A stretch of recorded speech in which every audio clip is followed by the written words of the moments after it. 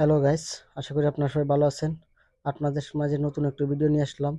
ভিডিওটি হচ্ছে কিভাবে বেঙ্গলের বাসা ভাঙতে হয়, খায়রুল এবং আমার প্রচেষ্টায়। শেষ পর্যন্ত দেখুন কিভাবে আমরা ভাঙি। আপনারা দেখে এবং শিখে রাখেন।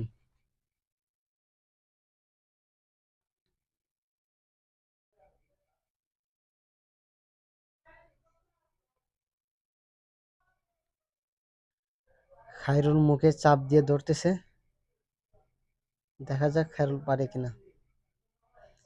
হ্যাঁ, খায়রুল খুব সুন্দরভাবে ধরতে পেরেছে এবং আমি এটার ভিতরে একটি ব্যাগ দিয়ে এটাকে ভিতরে ঢুকিয়ে ফেলবো।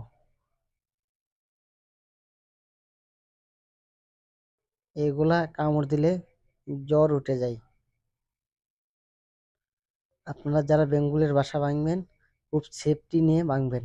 আমরা সেফটি নেই নাই, ছোট একটা বাসা, তাই আপনার বড় বাসা ভাঙতে গেলে সেফটি নেবেন।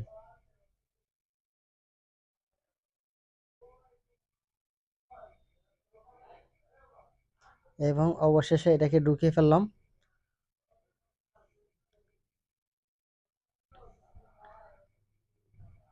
ডান দিক দিয়ে ঘুরে গিয়ে ওটাকে মুখে বেঁধে ফেলবো আমরা।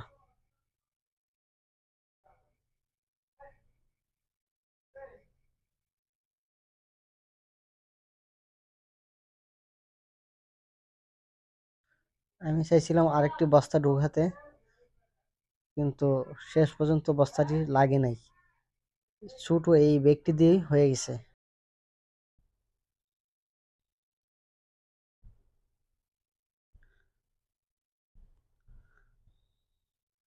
বস্তাটি লাগে নাই।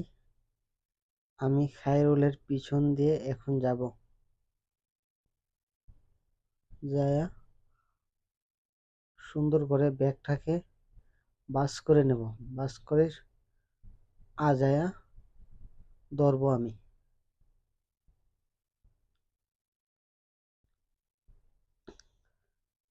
খায়রুলকে বললাম যে একটা সুতা নিয়ে আয়, এটাকে বাঁধতে হবে।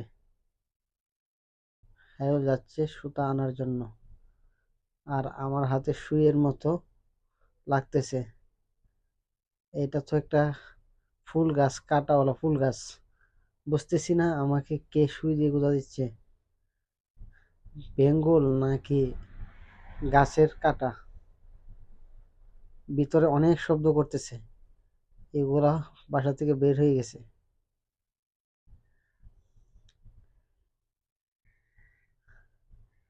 খায়রুল অনেক শক্ত করে একটা বাঁধ দিল। পরে ডালটা কেটে ফেলতেছে খায়রুলে। খায়রুল কাটলো আমার বন্ধু। পরে এটাকে সবাই বলতেছে যে এটাকে নিয়ে দূরে কোথাও ফালাই দিতে। এটা ফালাই দিলে তো মানুষকে কামড়াবে। আমি বললাম যে এটাকে পানির ভিতরে চুবিয়ে রাখতে। তা দীর্ঘ 1 মিনিটের মতো চুবিয়ে রাখার পর ওটাকে আমি বাইর করার জন্য উঠিয়ে নিলাম।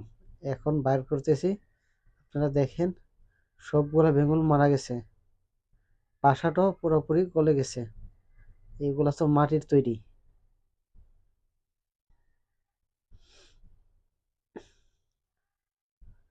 প্রায় এই বাসাতে 25-30টা বেঙ্গল আছে। প্রথম ভাবতে পারছিলাম না যে ভাঙতে পারবো। খায়রুলে গিয়ে যখন ধরছে তখন সবগুলো বাইর হয়ে গেছিল। তা আবার কিছুক্ষণের ভিতরে সবগুলো আবার বাসার ভিতরে গেছে।